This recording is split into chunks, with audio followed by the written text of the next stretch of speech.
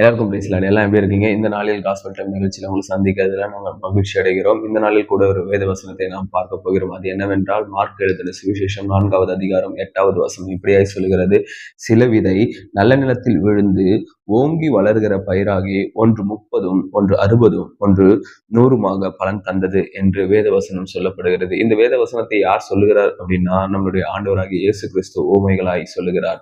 என்ன அப்படி சொல்ல வருகிறார் அப்படின்னா, ஆண்டவராகிய இயேசு கிறிஸ்து 3 நிலத்தை பற்றி பேசுகிறார். இந்த விதைகள் பார்த்தீங்க அப்படின்னா, முதலாவது நிலத்தில் எங்க விழுகிறது அப்படின்னா, வழி அருகே விழுகிறது. வழி அருகே விழுகிறது அப்படின்னும் போது, நம்முடைய தினமும் நம்ம என்ன பண்றோம் அப்படின்னா, வார வாரம் வந்து தேவாலயத்துக்கு போறோம், வேத வசனத்தை கேட்கிறோம். ஆனா அந்த வேத வசனம் நமக்குள் தங்கிராதபடிக்கு கேட்ட உடனே மறக்குது அப்படின்னா, பிசாசானவன் அந்த வார்த்தைகளை என்ன பண்றான் அப்படின்னா எடுத்துக்கிறான். 2வது நிலம் பார்த்தீங்க அப்படின்னா, கற்பாறை, மண்ணில்லாத கற்பாறையில விழுது. அது என்ன பண்ணும் அப்படின்னா, வேத வசனத்தை சிலர் என்ன பண்ணுவாங்க அப்படின்னா கேட்பாங்க, சந்தோஷமா ஏற்றுக்கொள்வாங்க, அதன்படி வாழ நினைப்பாங்க.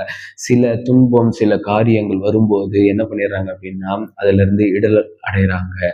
அதுக்கப்புறம் பாத்தீங்க அப்படின்னா, முள்ளுள்ள இடங்களில் அப்படின்னும் போது, முள்ளுள்ள இடங்கள்ல விதைக்கிற விதை என்ன பண்ணும் அப்படின்னா வளரும். ஆனா முள் என்ன பண்றோம் அப்படின்னா, அதை வளர விடாதபடிக்கு அதிகமாக வளர்ந்து அதை நெருக்கி போட்டுரும். இந்த முள்ளுள்ள இடங்கள் எப்படிப்பட்டது அப்படின்னா, இந்த உலக காரியங்கள், ஐஸ்வர்யத்தின் மயக்கம், பணம் சம்பாதிக்கிற எண்ணம், உலக கவலைகள், இந்த மாதிரி காரியங்கள்ல இச்சைகளினால நம்ம சிக்கொண்டு என்ன பண்ணோம் அப்படின்னா, இந்த வேத வசனத்தின்படி வாழாதபடி நம்மளை சாத்தான் தடுத்து விடுவான். நல்ல நிலத்தில விழுந்த விதை மட்டும்தான் என்ன பண்ணோம் அப்படின்னா 30, 60, 100 மடங்காய் என்ன பண்ணும் அப்படின்னா பலன் தரும். அப்போ நல்ல நிலம் என்பது என்ன அப்படின்னா, நம்மளுடைய இருதயம்.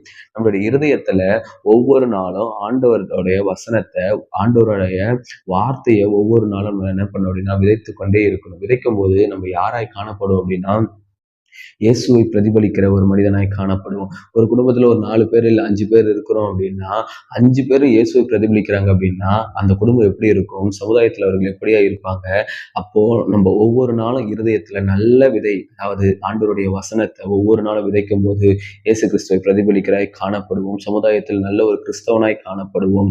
அப்போ ஒவ்வொரு நாளும் நமக்குள்ள என்ன பண்ணக்கூடாது அப்படின்னா, களைகளை விதைக்க கூடாது. களைகள் பார்த்தீங்க அப்படின்னா, தேவையில்லாத காரியங்கள், தேவையில்லாத குழப்பம், மனபாரம், தேவையில்லாத கவலைகள், தேவையில்லாத கஷ்டம், தேவையில்லாத இந்த உலகத்தின் காரியங்கள் எல்லாத்தையும் நம்ம விதைக்கும் போது அது என்னவா ஆயிடும் அப்படின்னா, அந்த நல்ல நிலத்தை கெடுத்துடும். அதனால இந்த உலகத்தின் கவலை எல்லாத்தையும் தூக்கி போட்டுட்டு, ஆண்டவருடைய வசனத்தை என்ன பண்ணணும் அப்படின்னா உறுதியாய் பற்றி கொண்டு ஆண்டவருடைய சித்தத்தை செய்கிறவர்களாக நீங்களும் நானும் ஆண்டவருடைய ஒவ்வொரு நாளும் ஆண்டவருடைய சித்தத்தை செய்து நம்ம முடிக்கிறவர்களாக காணப்படும். கர்த்தர் தாமே உங்களை ஆசீர்வதிப்பாராக. ஆமென்.